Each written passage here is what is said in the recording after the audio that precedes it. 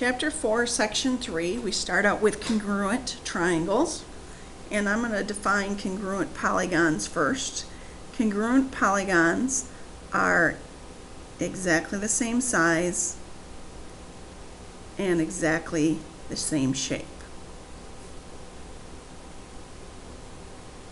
Exactly the same size and exactly the same shape. Corresponding sides are the matching sides. And by matching, I mean the smallest will correspond with the smallest, the medium will correspond with the medium, and the largest will correspond or match with the largest. And corresponding angles are matching angles. And I'm going to write right here, smallest equals smallest, medium equals medium, and large equals large. And here I'm going to draw two triangles, two congruent triangles. It's not too bad. And I'm going to call this one ABC, and I'm going to call that one XYZ. And we're going to have this congruent statement that triangle ABC is congruent to triangle XYZ. Corresponding angles then, angle A is obtuse and angle X is obtuse. Those are both our biggest angles. B and Y will match up, and C and Z match up. And if you can't tell just by looking at the picture, you can tell by your congruent statement. A is in the first place, so it's going to match up with X. B is in the second place, so it's going to match up with Y. And C is in the third place, so it's going to match up with Z. Corresponding sides, AB is congruent to XY, BC is congruent to YZ, and AC is congruent to XZ. And again, A and B are in the first two places, so that matches up with XY. BC will match up with YZ, and AC is going to match up with XZ. In these first two examples, we don't even have a picture, we just have a congruent statement. But we can say angle P matches up with angle S. They're both in the first place. Angle Q is congruent to angle T. And angle R is congruent to angle W. For our segments, PQ are the first two. That's going to match up with ST. QR will match up with TW. And PR will match up with SW. And take a minute and try example B on your own. Exact same thing, only now we have 4 sides rather than just 3. So first match up your angles.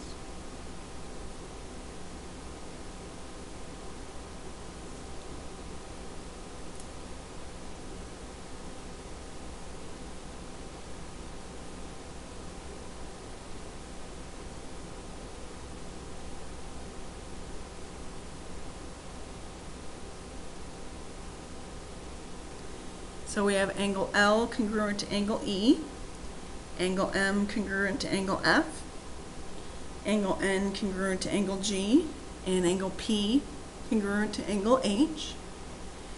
And with our sides, LM matches up with EF,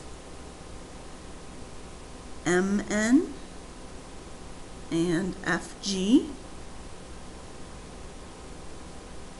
NP and GH and LP and EH. Down here, we're going to use corresponding parts of congruent triangles. First, we're trying to find the value of x. Well, this is a right angle, so this is a right angle. So 2x minus 16 equals 90. From there, you add 16 to both sides, and you have 2x equals 106. Divide both sides by 2, and x equals 53. Since this is 49.3, this will also be 49.3, although we wanted to find this one. Well, the two acute angles in a right triangle, so these two add up to 90. And if we do 90 minus 49.3, you get 40.7. Letter B, finding x. AB is going to match up with, AB is the first two, it's going to match up with DE. So we will have 2x minus 2 equals 6. Adding 2 to both sides, 2x equals 8, and x equals 4. So we figured out x. And angle F, that's in the third place, so that's going to match up with C. These two angles together add up to 90. So this is 37 degrees, so angle F will also be 37 degrees. Letter C, finding x. Here's x along with the right angle. So 4x plus 6 equals 90. Subtracting 6 from both sides, you have 4x equals 84. And when you divide both sides by 4, x equals 21. And then FG is right here, the diagonal, or the hypotenuse. So we will have 3z minus 8 equals z plus 4. Subtracting z from both sides, 2z minus 8 equals 4. Adding 8 to both sides, you have 2z equals 12, and z equals 6. So putting that back in here, 3 times 6 is 18, minus 8 is 10, and that will be the length of FG. Right angles theorem, this comes up a couple different times in geometry, and the right angles theorem just says that all right angles are congruent. All right angles are congruent. Of course, they're all 90 degrees, so they're all going to be congruent. And we have two proofs here where we're trying to prove triangles congruent.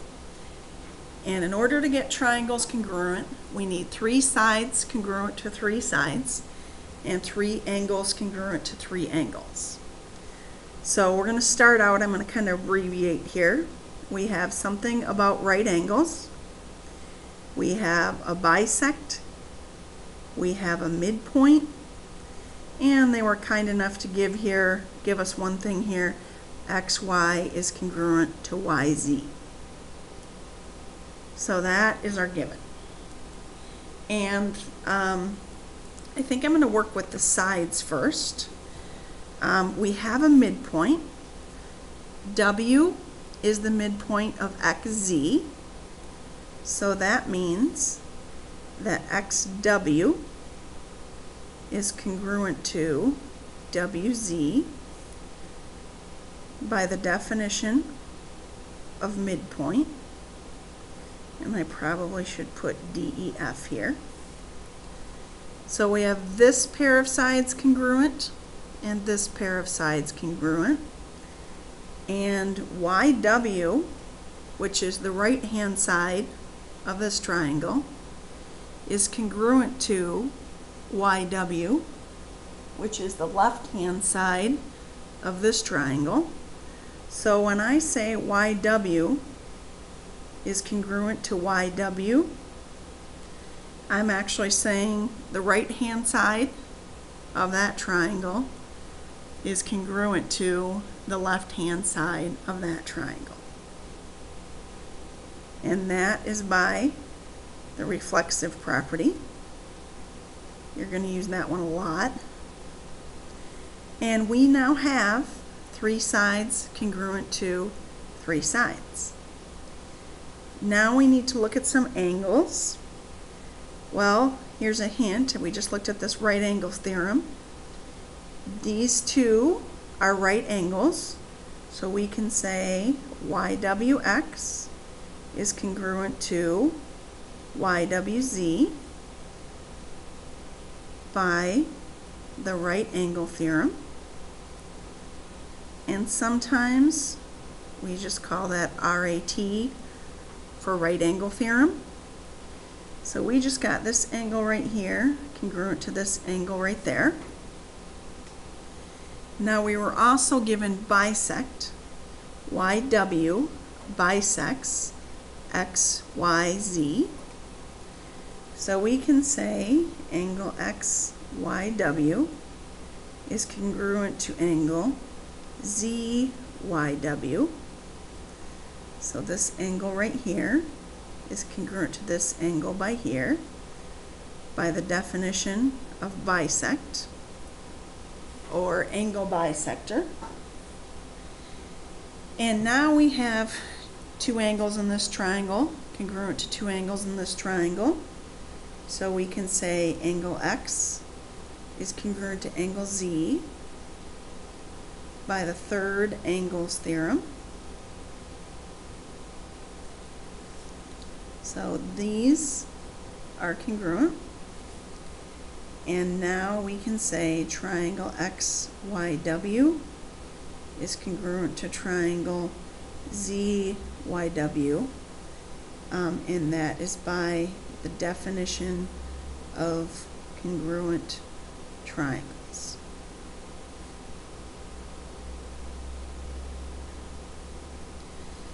Seven-step proof, no problem. They will not all be this long, but right now we don't know the shortcuts. So again, we had to prove three sides congruent to three sides, three angles congruent to three angles. Now, proof B, we have two bisect statements. So I'm going to write bisect, bisect. And since we have two bisect statements there, we should have two bisect statements down here. They were nice enough to give us AB is congruent to DE, and also angle A is congruent to angle D as our given. The only thing they really gave us is bisect. So this segment is bisected and this segment is bisected.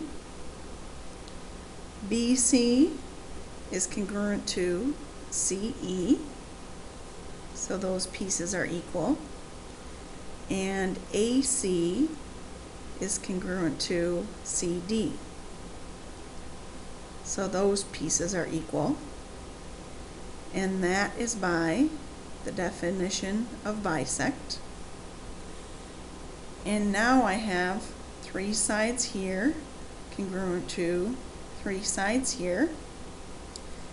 They were kind enough to give us these angles are equal. And right now we're kind of stuck. There's nothing else in our given. There's nothing else to help us out. So we need to somehow look at our picture and come up with something that's equal. And I'm going to put a 1 right here and a 2 right here. Angle 1 is congruent to angle 2 by the vertical angle theorem. Vertical angle theorem says all vertical angles are congruent, and sometimes we just call that VAT.